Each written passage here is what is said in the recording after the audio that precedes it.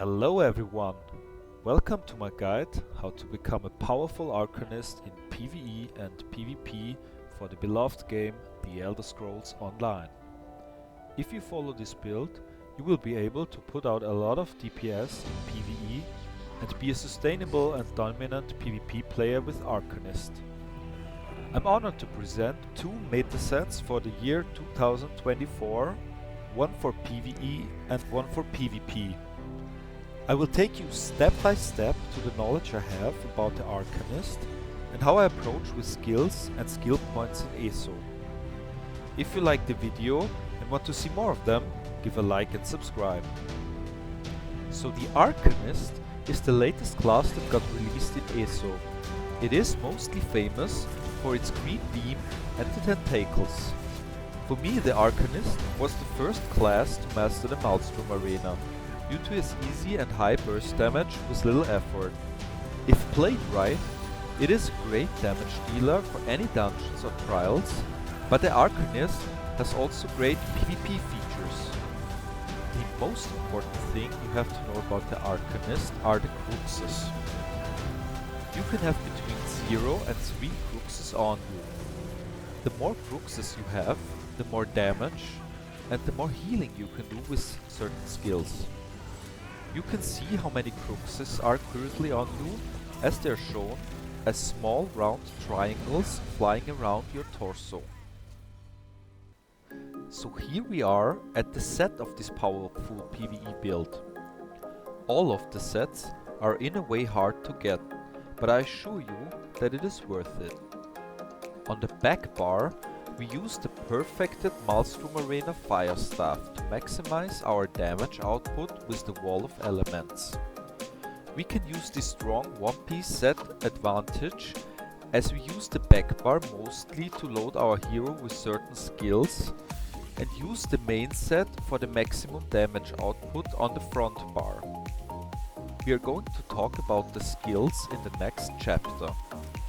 The Fire Staff is especially strong with Area of Effect and therefore the highest damage output for the back bar. The weapon has Stamina Recovery as enchantment and Charged as trait to maximize status effects with the back bar. On the front bar, we use in the best case Ansul's Perfected Dagger.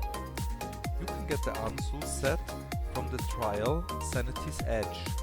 The perfected set you can get in veteran mode that is kind of hard to master as you will need an organized guild. This hell of a set gives you Major Slayer, and with the 5th buff together it will give you at least 12% and up to 19% extra damage all times. The dagger is in general the best option for PvE stamina damage dealer as it gives the most crit chance. One of the best ways to max your overall damage in general is in fact to maximize your crit chance. This is why every single piece of armor I have is in Divine, as it boosts my Mundo Stone, the Sieve, to the crit chances max for the build. The highest overall damage output for Jubilar traits is in general Bloodthirst. It also helps a lot for the execute phase and for end bosses. As enchantment, I generally like enchantment of increased physical harm for damage dealers. Sometimes the stamina can be dried out. That happens especially when your team doesn't have any synergies. The second set is the Deadly set that boosts our channeled attack, which is of course the green beam for another 15%. The Deadly set can be bought for cheap Alliance points that you can get in Battlegrounds or in Cyrodiil, or of course for gold in guild houses. The third set is the Slime Crow set, as it gives the most crit chances for one piece of armor. Note how the helmet of my build is the Ansul set. This build has no full monster set because the fourth set is the Veloti Ur-Mage's Armlet that is actually a mythical item and can be found with the skill line Scrying and Excavation. The skill line is a huge grind, but it will certainly spice up all of your builds and will be surely always be part of ESO meta builds. The PvP build will also have a mythical item, so I know that for some of the viewers here it could be a long-term project. Anyways, the Velotis armlet has one negative effect, and that is of course that light and heavy attacks will deal 99% less damage. Even though you will make no damage with light attacks, consider using them once in a while to accelerate your ulti regeneration. The upside from the sets are that you will get an extra 15% of damage from monsters in dungeon and trials, and another 10% extra damage from minor force all the time. The necklace fits the Arcanist perfectly, because the beam will not allow him to use light attack anyways, and it is our max damage output. As soon as you put the necklace on, you will be in the next dimension of damage dealing. To show you now the used skills and attributes, I have a little chat with my spawnable armory station.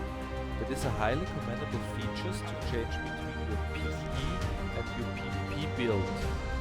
You have to understand that there are remarkable differences between PvE and PvP builds, like attributes, vampirism, and of course skill points that can be changed or activated or deactivated.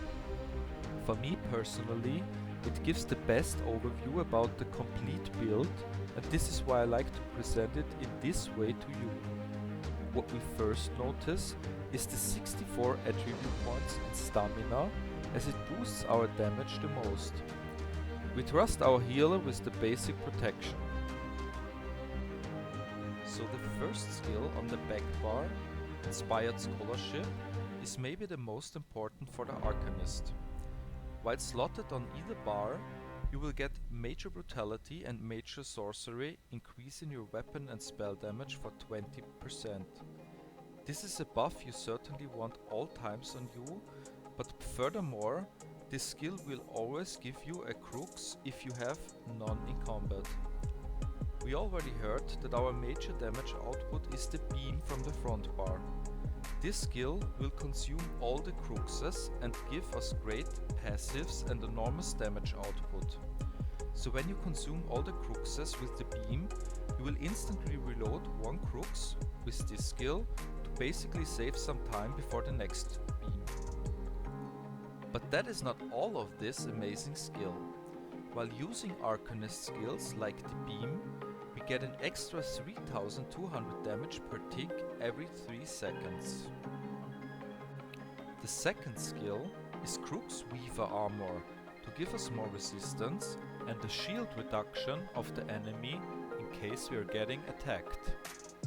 The third skill is of course Elemental Blockade of Fire, that gives us a solid AoE in combination with the Maelstrom's Fire Staff.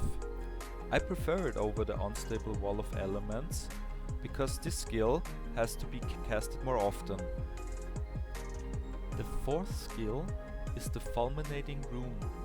This is another area of effect attack with a synergy for the team and some notable frost damage output. The fifth skill on the back bar is Resolving Vigor.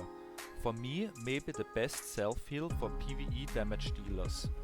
The extra physical and spell resistance for more endurance is a nice to have. As ulti, we use our main damage output ulti, the Languid Eye. The Languid Eye is a great tool for end bosses, and it is casted when the boss stays still. It is great to have such a great ulti with just one mouse click, and it should always be combined with the beam because of the passives. Changing now to the front bar, our first skill is the Quick Cloak. Again, I choose the Quick Load over the Deadly Cloak because that skill would certainly have more damage, but also lower the cooldown time. Our main two skills will follow soon. Major Expedition can help to run faster when needed. The second skill is the Camouflaged Hunter. This skill will passively give extra crit chance. In addition, this and 3 other skills from the Fighter's Guild will have an overall considerably 9% extra damage. You see that the sets and the skill will push each other to the moon. And finally, coming now to one of our main skills. The skill, everyone will just call the Tentacles, will give really good damage, but is mainly used to load a crux each hit. As soon as you have 3 cruxes on you, you will come to the one and only Force skill, Exhausting Fate Carver. As soon as all cruxes are loaded, the green beam will make huge damage every 0.3 seconds for all enemies in its way. Bringing us to the 5th skill, that is a weaker AoE, but it is one of the fighter skills that gives us 3% extra damage. As we have minor force already from the Veloci armlet, you should not force yourself near the boss to get this buff. And last but not least, the Flawless Dawnbreaker, mainly equipped to boost our damage for 3% from the Fighter's Guild. The ulti is rarely used because of less damage than the ulti from the back bar. You can use it in an execute phase, for example, when you don't have enough ulti points from the back bar. To show you now the rotation of the build, I will fight against the target Iron Atronach in my guild house. Fully load your ulti at the well and start your rotation by loading yourself with Quick Load from the front bar and then Inspired Scholarship from the back bar. These 2 skills should always be running when in attack mode. Start the attack with the Elemental Blockade and then the Liquid Eye. Change now to the front bar, optionally place a trap, and then attack with the Tentacles to load your cruxes. After that, when you have 3 cruxes, start with the beam. As long as your dots are placed, just use the Tentacles and the beam. Don't forget to make a light attack once in a while. If you make at least 1 light attack after each beam, and maybe 1 before a beam, if you had to load yourself completely, you should be fine. In the end, the build gave me around 85k DPS on the target Iron Atronach. On the back bar we have 2 defensive skills that could be charged into more aggressive dots. You might be able to reach 90k DPS or more. For me it is more important to show you the maximum output with the build I present to you. So now we come to the PvP section of this build. First, we are talking about the sets that will change completely compared to the PvE set. The first set we use on the back bar is Rallying Cry. This amazing set procs when we use Vigor, for example. It gives our allies enormous crit resistance and also a solid damage boost. The only problem of this set is if too many people have it and run around with it. I recommend every group of Battleground players to have 1 teammate with this set. You can get the set in Cyrodiil for cheap Alliance points, or buy it, of course, with some gold in the guild shop. When the set has procced and we are all fully loaded, we change to our front bar set, which is of course the Tarnished Nightmare set. This set is from the new dungeon Bedlam Wheel. In my opinion, it is not that hard to get. The set has extremely strong burst damage that procs already with the first attack. Its famous sound of shivering glass is heard and feared in many PvP areas these days. The back bar weapon should be an ice staff and have defensive as trait. The front bar should be a fire staff because it boosts the beam the most, and have sharpened as trait because it is the best option in PvP as trait. As enchantment, I recommend mana regeneration in the back bar and decreased health enchantment in the front bar. In my opinion, Oblivion damage is the strongest for heavy attacks because it ignores resistance. It works best if the enemy is full health. In my opinion, heavy attacks are more interesting with the back bar, as the ice staff will give you a notable damage shield without using any resources. The third set is the Bulwark set, that is maybe one of the best PvP monster sets overall. When you use an ulti, you get extra damage and extra spell penetration depending on the ulti wasted. In defense mode, you load your ulti to strike down your enemy in offensive mode. In PvP, I generally recommend 3 armory pieces in heavy, 2 pieces in medium and 2 pieces in light. This is why I recommend both of the armors of the monster set to be in heavy, as the other sets are medium and light.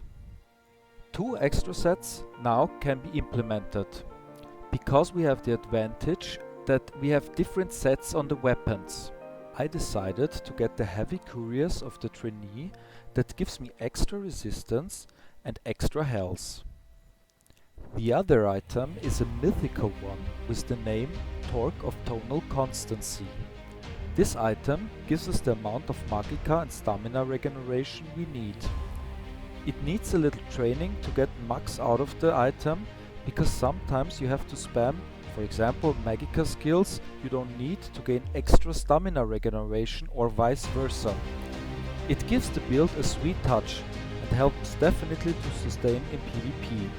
What brings us now to the skills and attributes for this crazy PvP build.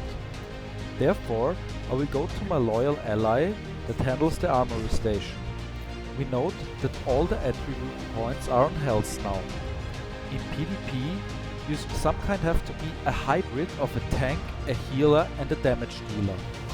Using your attributes on health is the best option for the Arcanist. You have to understand that heals and damage deals are dependent on the maximum health. That means the part of the tank and the healer is fulfilled exactly here. This time I will start with the front bar. The first skill is Elemental Susceptibility, that will reduce our foes' resistances. Furthermore, it gives every 7.5 seconds an elemental status effect. The second, third and fourth skills have already been mentioned in the PvE section. Please go there for further information. What changes though is the fifth skill, that is a great stun in PvP and a pain for the enemy. The stun can even proceed when someone roll dodges away, what makes it extremely dangerous. The ulti is Dawnbreaker of the Smithing, that allows us to deal some extra burst damage when needed for a cheap price. As in PvE, this skill is mainly used for the 3% extra damage of the Fighter's Guild. The next topic will be the back bar of the build. First, second and third skill have already been discussed in the PvE section. The fourth and fifth skill though are worth to have a closer look. With the now high health, these two skills are the reason why Arcanists are one of the most sustainable classes in ESO. The fourth skill is a damage shield that should be used in times of the most darkness. The first second it will give an extremely strong damage shield, and if it persists it will have a solid damage shield after that for another 6 seconds. The fifth skill can be spammed when you fall under 50% of health, because it has really strong heal and gives extra resistance. So normally, for the ulti, Arcanists use the Tide King's Gaze. Arcanists use the ulti and then immediately spam the stun from the front bar. That works just fine, but for me the ulti of the Vampirism, Swarming Sikon, gave me the best output because it has a sweet touch.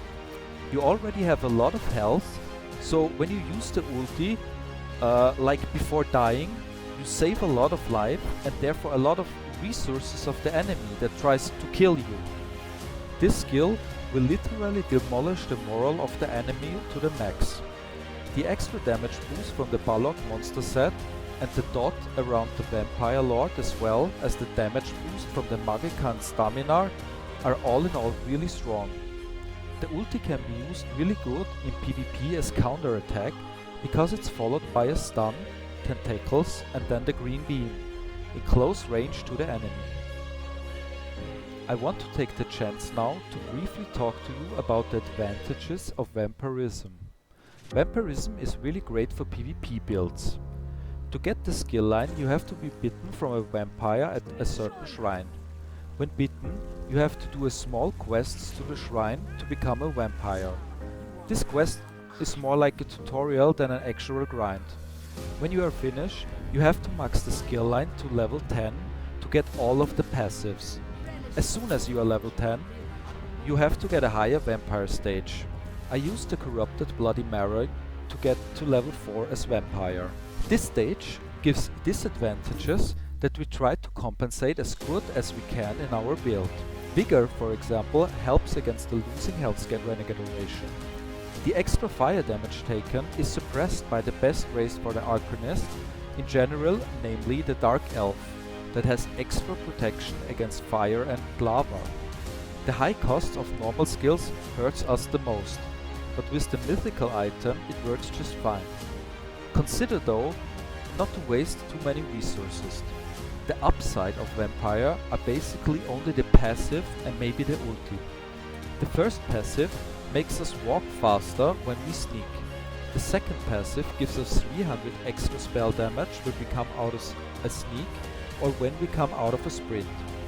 The third passive is the main reason why we take the disadvantages of the vampires into account. Depending on our missing health, we will get an extra 15% damage reduction, which is huge. The fourth and last passive reduces the cost of sprint and makes us invisible. This is really good for the stamina. Therefore the second passive turns on more frequently. I use Vampirism level 4 because I'm not comfortable with the active skill Blood Mist. If I would just go Vampirism level 3, I think the damage boot of the second passive wouldn't activate as often because I could not use the invisibility possibility of the sprint. So last but not least, instead of showing you a boring rotation at the target Iron Atronach, I show you a selection of PvP encounters in Battlegrounds. You can judge yourself how the build performs. You cannot always be the absolute champion in the game, but with this set your chances are really high. If you get attacked, remember to charge yourself with the ice stuff and heal and reload as good as possible. If you see a chance to kill somebody, change to the front bar. Try to use the stun as often as possible. Use the ulti of the Vampirism as counterattack or when you see a chance to execute several players. Let me know in the comments if the build worked out for you.